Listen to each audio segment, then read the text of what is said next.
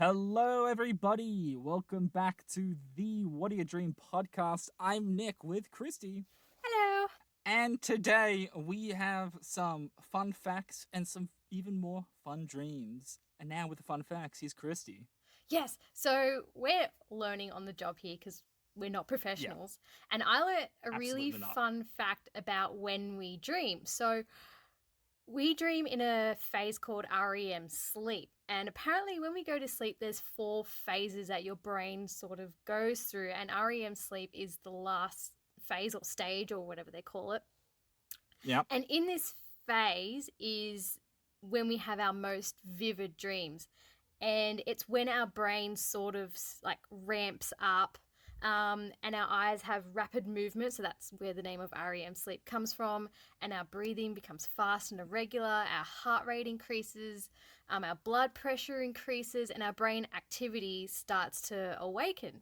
And during this phase, not everyone goes through it every night, but during this phase, we're more likely to remember our dreams. Okay. So if you're an active dreamer, you're getting into REM sleep quicker or Yes. longer, or okay. Yes. So So it that's why you normally can remember all this happens, stuff. yeah, so it normally happens 90 minutes into sleep. And That's shorter than you'd think. That's shorter than you'd think. yeah, and it That's usually lasts around 10 minutes. How crazy is only that? 10 minutes Only and that's 10 it for the minutes. That's it. damn. So you're saying if I have like a 2 hour nap, I'm getting into REM sleep. Well, like when you have a 2-hour nap, so that's what I mean by not everyone goes through this stage. Because if you're having a nap, hmm um, you might not have the time to get into like REM sleep, even though it only Yeah. happens 90 minutes, but it's more likely to happen during your overnight, so your proper sleep, not in a nap. Yeah. That makes sense. I've Mm. actually, funnily enough, when I was younger in high school, I went to what's called a sleep clinic, Oh, yeah. and basically what happens, you get wired up, you get one of those things you put up your nose so they can work out how much you're breathing. Mm. You get like electrodes put on your hands for like your bloody pulse. There you go. Mm. Working out like your pulse. They also put stuff on your head, like Yeah. full on to measure your brain activity and stuff. I remember them bringing up that like I was getting into REM sleep and all that kind. I gotta find that report actually. That would be really Yeah, that'd interesting be to so see what that's interesting. like. At the time, I was overweight, and they were like, there is like they actually worked out to the second how long I don't breathe. You're I'll just kidding. stop breathing. Yeah, it's just like I just stop breathing, and I'm like, because I've had Is exes in that, the past, and they've yeah. gone, you just stop breathing. Is that like sleep apnea? Isn't that It called is sleep sleep apnea? apnea. Okay, okay. Yeah. So yeah, okay, and that's interesting. But now I don't think I have as much sleep apnea now because I lost a lot Yeah, of weight. yeah, It's funny because those sleep clinics, they do get like an understanding of like, oh, how fast you get into REM sleep and all this kind of stuff, yeah. but it's the weirdest sleep you have. I gotta say, Well, because I it's not kind of, normal. yeah, right. But it's interesting, like now that I'm thinking of the like how much REM sleep takes up your waking memory. Like you wake up and you're like, oh my god, this is the dream, but it feels so long and all this kind of stuff. But Well, that's why it's realistically, you're only interesting. really It's 10 minutes yeah. because sometimes I'll be dreaming and it feels like forever. Like I'll go through 4 or 5 different types of a dream in Mm, one go. And it's interesting that it only lasts for 10 minutes when you feel like you've been in there for ages. exactly. And I think that's really a good segue into those really long dreams because I had a really weird, really long dream not that long ago. Haha, time length. Ugh. Yeah. Yes, I am a dag. What have I signed up for? You know. Do I? You're listening to the rant and raves of a lunatic, and also Kristi. I think you were about to say, and also Nick. No, I own the fact that I am insane. This is a safe space. Maybe that's why we So get along. maybe so we start off. It's starts off in two things kind of happening in tandem. one part is I think I'm in kind of like a Florida place. It's like swampy. I'm on this kind of boardwalk thing, and it's like American spring break, because in Australia we don't have spring break. So all of our spring break is like that we consume is what we call schoolies, which is at the end of the calendar year. But it seemed more like kind of spring break schoolies, but for adults. Like Toolies. everyone had no, not even that. It wasn't like, but yes, toolies as well. Um, so for toolies, okay, context wise, so we have this thing called schoolies, like spring break, and it's at the end of year 12 in Australia, which is the final year of studies. So what usually happens is you got a bunch of 18, 17-year-olds going to various places all over the country and getting wasted and doing interesting interpersonal activities.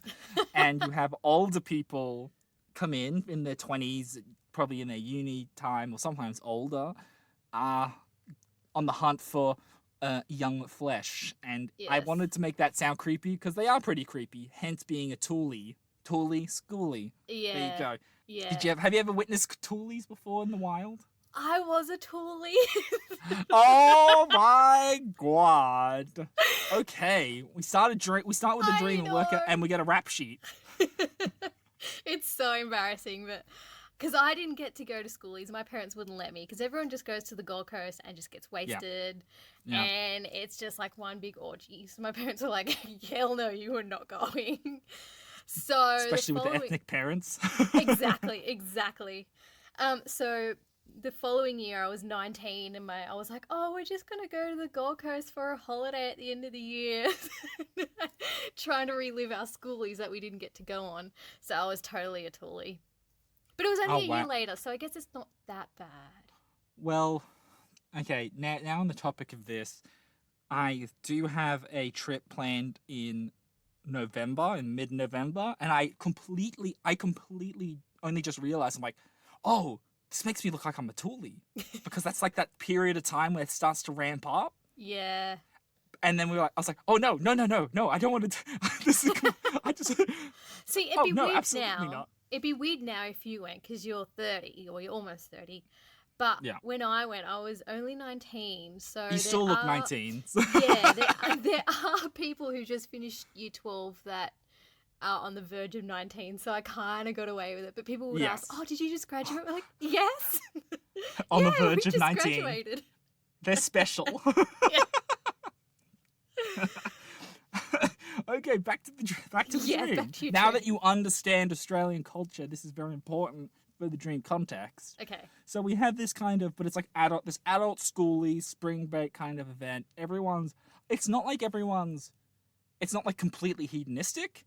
It's just everyone's pretty loose, everyone's pretty chill, and I'm walking across this this boardwalk, and then there's this like giant yacht. And I'm like, and I was with my one of my best friends, and I was like, we need to get on that yacht. We need to get there. So then we're like, okay, let's jump on it. And it hit like the thing. It's like trying to jump on a cruise ship. Like that's what it was like. The size comparison. We're like, yeah, we can go.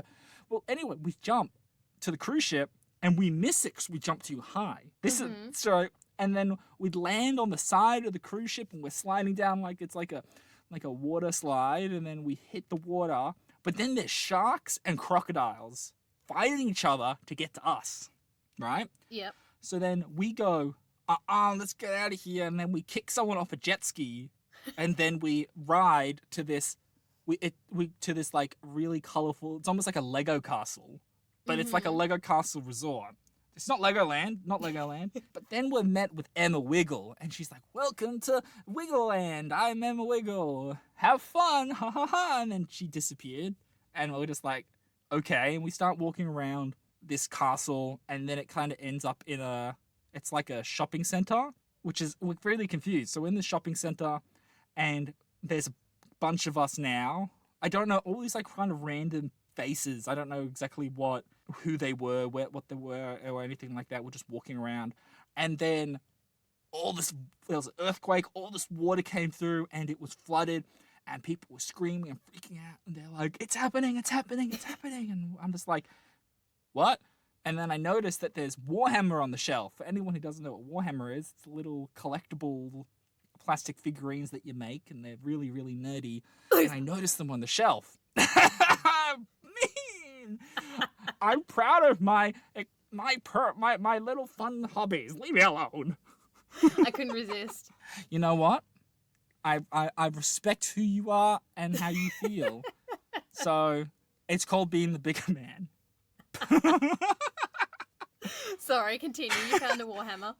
I found the Warhammer, but I was like, this isn't my Warhammer, which made no sense. I was really obsessed with it. Anyway, so the crocodiles from before were like, we've come for you, like that. And they sounded exactly like that. And I was like, oh God, I gotta run from these crocodiles. And then I got out of that place, and then I was in like a warehouse facility. And the military was rolling in. I was trying to run away. And I hear some military dudes going like, we need to make sure we find them. Find the ones that started all this. And I was like, we're not in America. Why have they all got American accents? I'm really confused. And I open up this storage container, and there's all these guns and medical supplies. And I'm like, ooh, an adrenaline syringe. I take the adrenaline syringe. Then some kind of crocodile lizard person was going, and like that. It was exactly like that. I'm like, that's not scary, but it looked freaky. Started chasing me, and then it was like, went for me, and I stabbed it with the syringe, and it just made it angrier, and then I started running, and then I pushed a family out of the way. I'm like, see you nerds, bop, pushed them away. Exactly. And then I got on the yacht from before, and I woke up. So that was the dream. Wow, that was a whirlwind of an adventure. It was. And it had everything. It literally had everything. You had a talking lizard. A talking lizard that sounded like a child going... It made no sense. None of that makes any sense. None of it. None of it. And I hadn't done anything to like preempt it. Wasn't watching like an action movie or a horror movie. I was going to say, did you watch something? Nope. Like a James Bond? It kind of sounds like an action movie with some... It's really action. Yeah. Yeah. It does track with my dream brand, if you could call it that. I just didn't try to bang anyone, but Emma Wiggle was there, so... She's taken now, so... Not in the dream world. So, Emma Wiggle, that's not... Well, you I do like you. redheads. I know you like redheads. I do like redheads. So it's no wonder that she's very talented.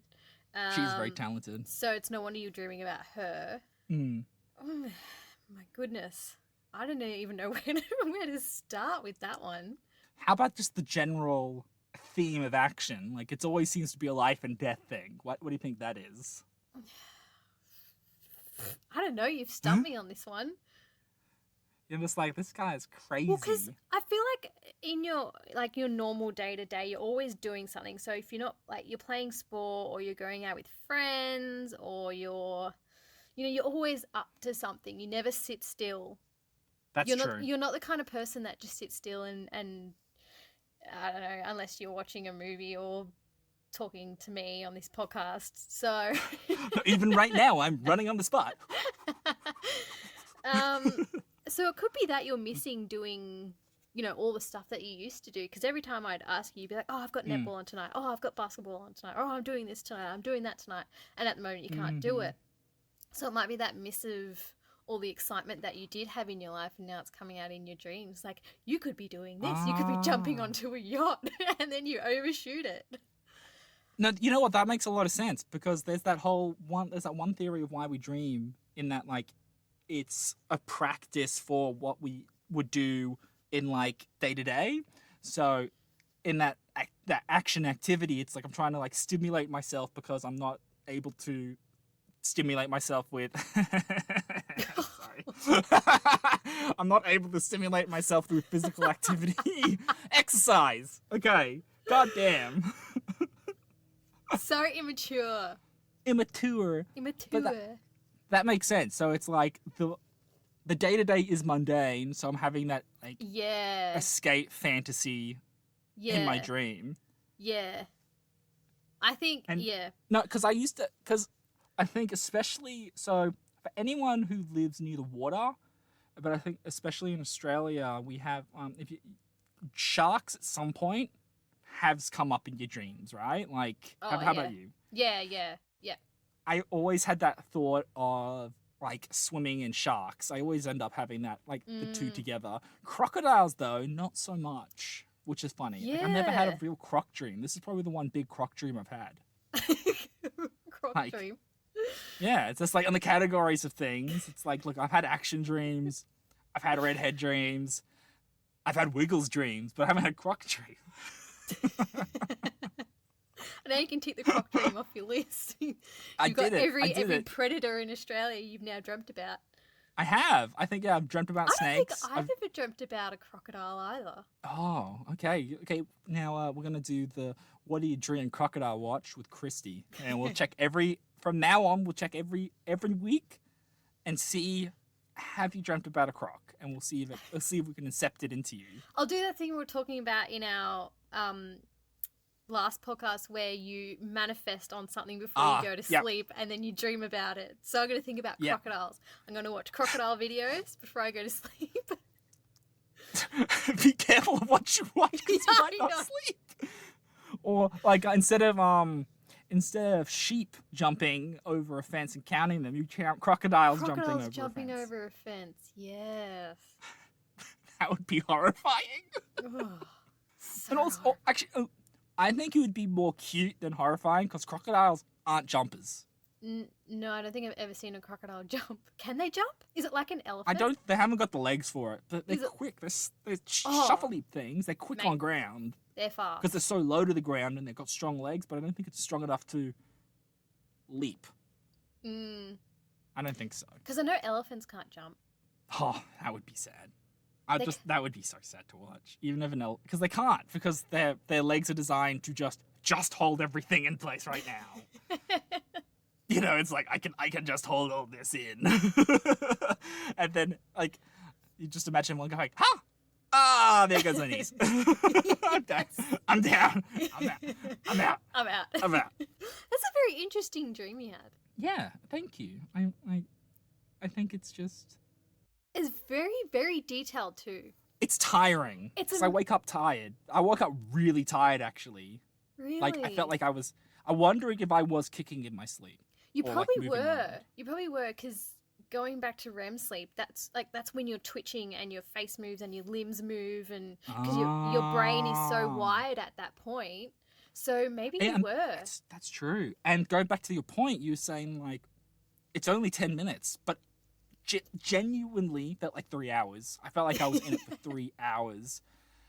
And look, I know this for a fact. So fun Nick family sleeping habits.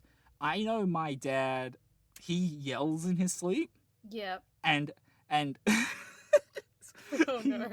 He will. No, I've heard him go, "Fuck you," and then thump. Like I heard the ground thump. And I was up playing games or whatever, and I went into his room, and he had literally jumped out of his bed. Yeah, right. With his wrestling his doona. And I'm like, shut up. Like, are you okay? Mom. She's probably what the hell? She's just like, I'm used to this. Oh, yeah, I bet you would be. Oh, God. So there you go. That I could have my vivid action imagination. Because then my dad asked me, "Oh, was I dreaming last night?" I'm like, "Yeah, you're fighting someone." He's like, "Yeah, I'm pretty sure I won." Because that's the important thing. You don't say. Dad versus Doona. Dad versus Doona. Somehow the Doona won. God damn it. Not again. Every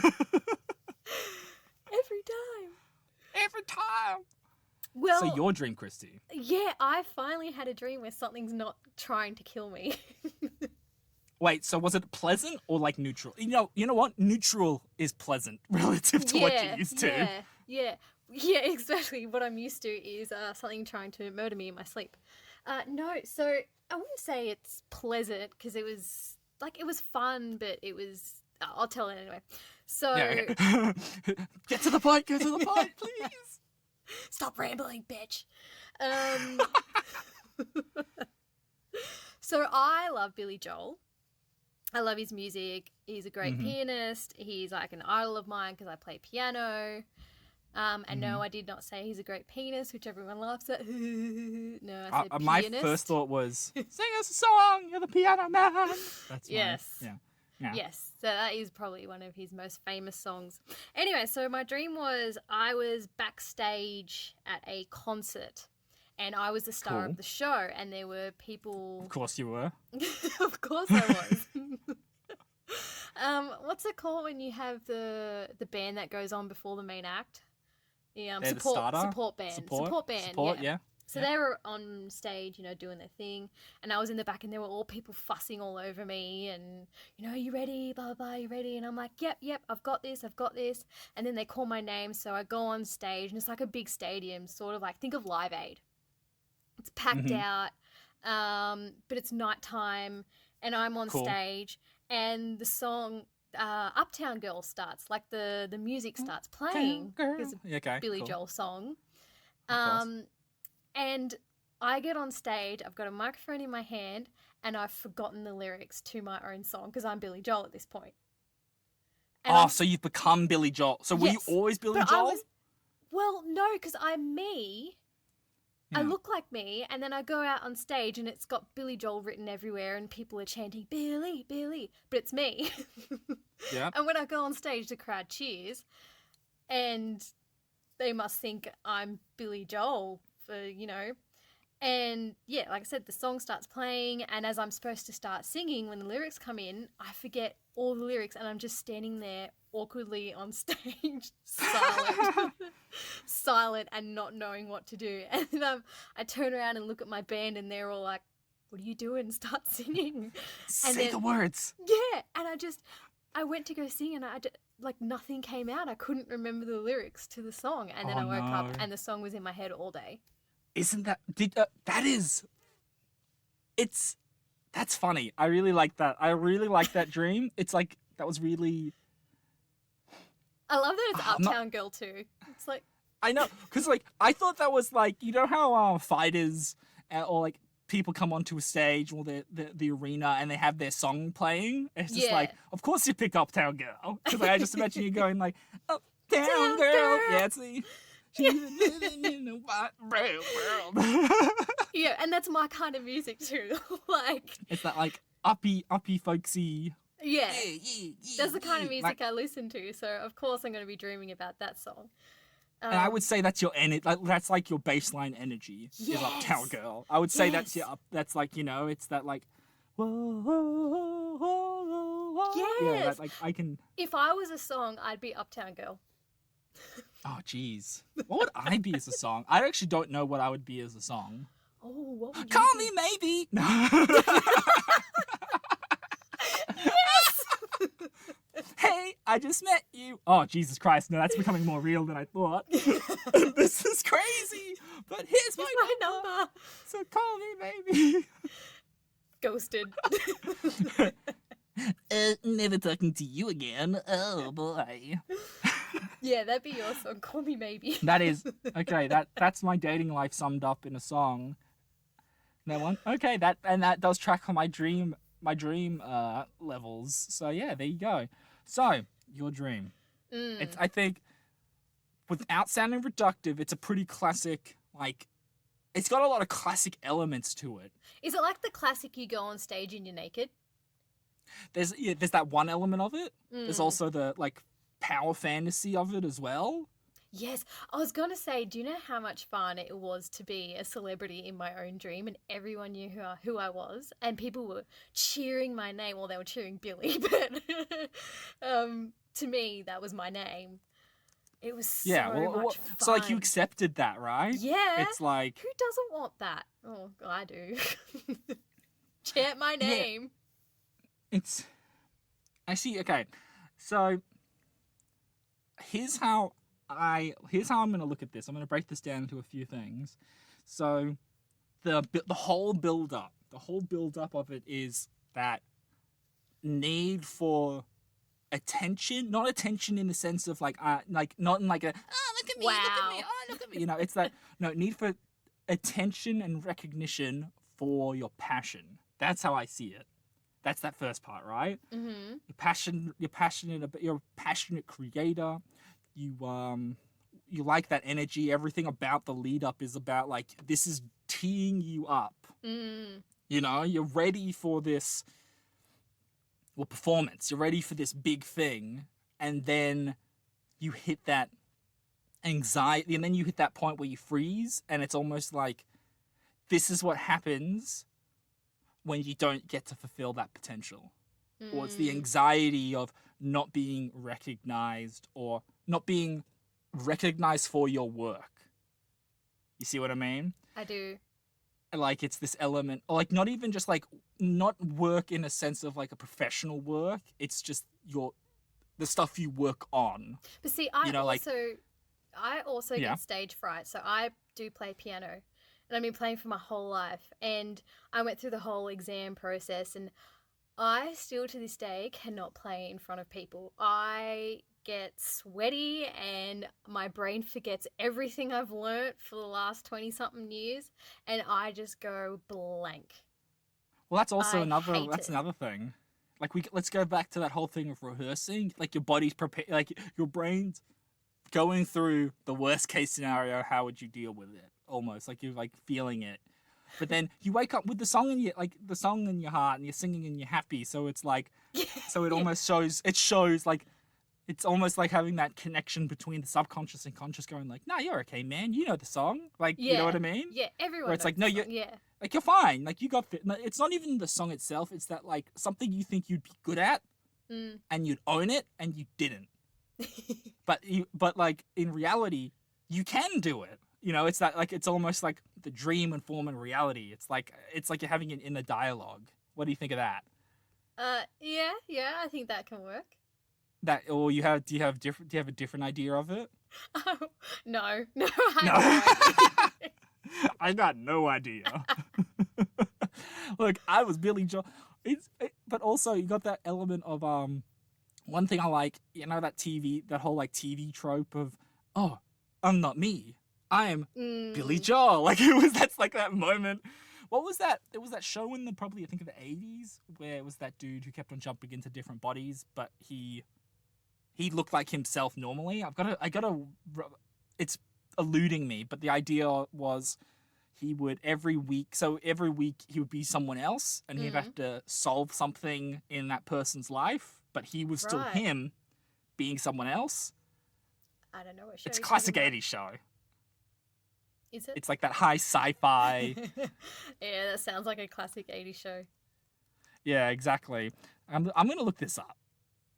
Like, different people every week. Yeah, that sounds about right. I think that's, Quantum Leap. That's it. Oh, it was actually 89 to 93. So we were but little bubs. Well, were you even a bub? Yeah. I was born early 90s, so... Okay, yeah, I was early 90s as well. I was a bub. Yeah. I was just a wee little babby. Just a little babby. That's probably why I don't recall the show at all. Yeah. God damn, how old am I? Jesus.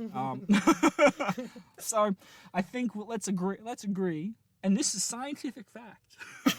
We are not scientists. We are not professionals, but I can say this as a confident, uninformed, non-professional person, that this stream is about your need for creative acknowledgement. Yes, because I am a very creative person, so we'll go with that. I think we'll go with that. Let's forget that. That has the what are your dreams seal of approval, I think. Yes. Put the stamp.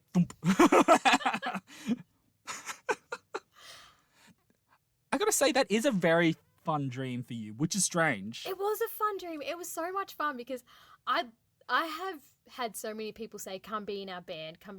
And I can see it would be so much fun to be part of a band. But the whole having to play in front of people, which is the whole point of putting a band together, freaks me out. I like playing with people, but anything past that, no. My hands are getting sweaty now just thinking about it. Oh my gosh. I know. I don't know why though. No, I blame my parents.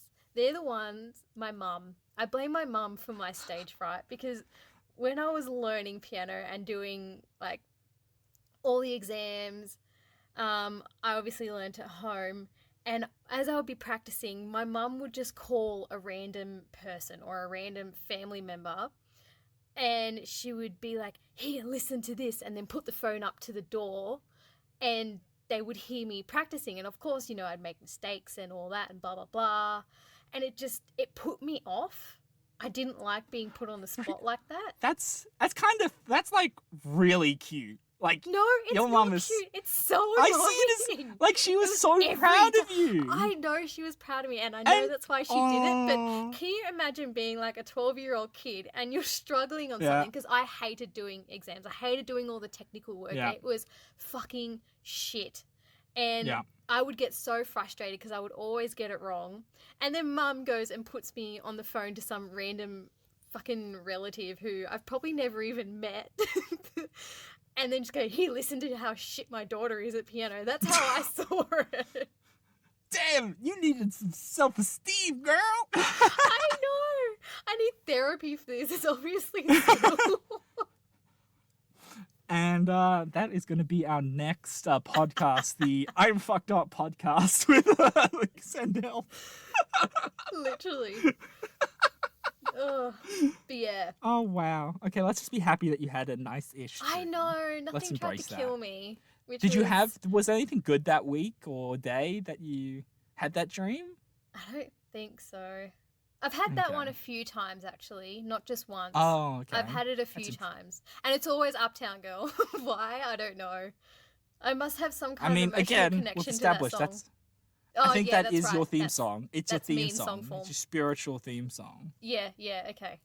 But yeah, it's always the same thing happens every time. It's not a recurring dream because I've only had it, I think, twice or 3 times. But I guess that is a recurring dream, isn't it? That's a recurring dream. More than once. Reoccurrence is something that happens more than once in a series. All right. All right. I don't need to show everyone how dumb I am. Oh, you're doing that fine yourself.